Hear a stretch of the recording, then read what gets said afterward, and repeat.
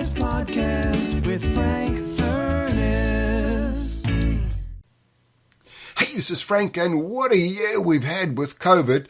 But you know, the interesting thing is, all of my financial services clients that I speak to and that I work with around the world are all telling me they're having an amazing time. They're able to get through to more clients, speak to more clients, and writing more business than they've ever written before. So every cloud has a silver lining. Listen, by now, I hope you've listened to all of the previous episodes on NLP with my great friend Ian Halsell. And what I'm going to be doing now for the next 6 months is going through my program. In fact, it was a pre-recorded program that I'm going to share with you. It used to be part of a package that I sold for $247, an audio package. It's yours for free. So please tune in every week and listen to a new episode. You know, we've set up a little bonus for you here. We're going to speak about goal setting and how important that is to you. If you look at Ian, he's reached the highest levels in his sport. Now, you have got to reach the highest levels in whatever you're doing. When I was in business, when I was in sales, my target was to become one of the top 0.5% of salespeople in the world. It took me a long time to get there, but I did that, and I was recognized as being one of the top 0.5% of salespeople in the world. That was my Olympics. What is your Olympics, and what is your goals? You know, studies show that top 3% of people, the most successful, have written in specific goals. They know where they're going, how they're going to get there, and when they're going to get there.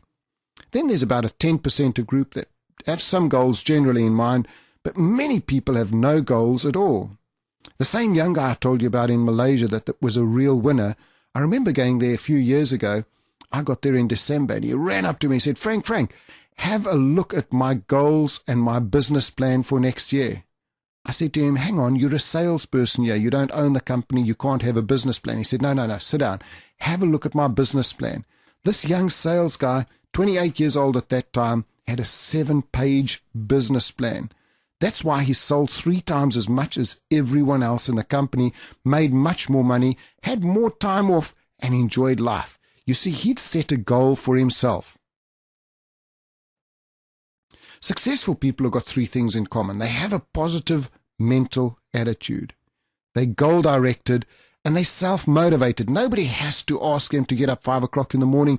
For Ian, I bet with all of his training sessions, he looks forward to them. He doesn't see it as a negative, I've got to go and train now. And you've got to do the same with work. You see, if you've got goals that provide you with a meaningful life, gives you the privilege of how to invest your time and your energy. We've all got dreams. We've got to have those dreams, but we've got to turn them into goals that we've got to reach for. We've got to stretch ourselves for those goals. And some people don't set goals. They come up with excuses, well, I've managed without goals. I keep them in my head. Fear of failure. If I set goals, I may fail.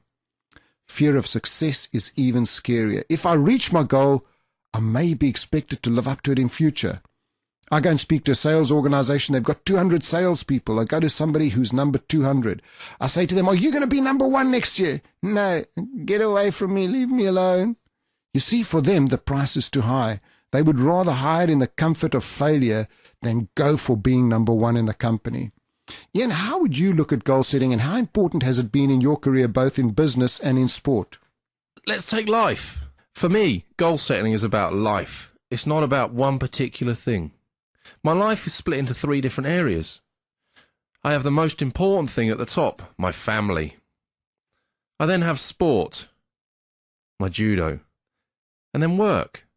In every area, I've had to set goals. People say, how do you stay motivated? How do you keep going? How do you get up at 5 o'clock in the morning and get to them training sessions without anyone asking you to get there? It's by setting goals. If I take it right back to the beginning, in sport, when I first started judo as a 7-year-old, I had the luxury of having a coach who would set goals for me. He would say, we've got a competition coming up next week, or next month, or in the next 3 months. Do you want to enter in? I think you should. Yeah, okay. Then set me a goal to get fit, to practice a technique, to get ready for that competition at that certain point in time.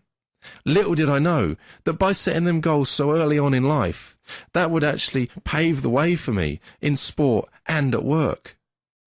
When I got to 16, I had goals set for me because I was entered in my first European Championships. I had to set goals to make sure I was under the weight, to make sure I was going to be at the peak performance at that one particular point in my life. And I won a bronze. I stayed motivated by achieving goals. I stayed motivated right the way up until I won a world championship medal. I was world champion in 1995. How did I achieve that? I didn't just step out of my house one morning and say, I'm going to go and win an Olympic gold or a world championship gold today. No, that was done over years of work, years of goal setting, staying motivated by achieving those goals. Same at work, in the office. 30 calls a day, 5 good conversations, a good rate of making appointments and selling product on a monthly basis. One company I joined the company and I took over the northern region. And it was the lowest performing region within this distributor in IT equipment. Within 6 months, I'd turned it around and it was the top performer. And as Frank said earlier on, I didn't let it affect me in a way where, oh no, I'm the top performer, I'm scared now. It was a challenge then to stay at the top. Then it turned into goal setting to keep the revenue coming in and keep at the top of the company and stay number one, because everybody likes to be a success. I got addicted to that. And by setting goals and staying motivated, I took 2 Paralympic medals. Hey, yes, it's me back again, Frank. I'm your sponsor, and I want to tell you about a series I've put together. It's actually been 2 years in the making. I have created the biggest online course for financial advisors.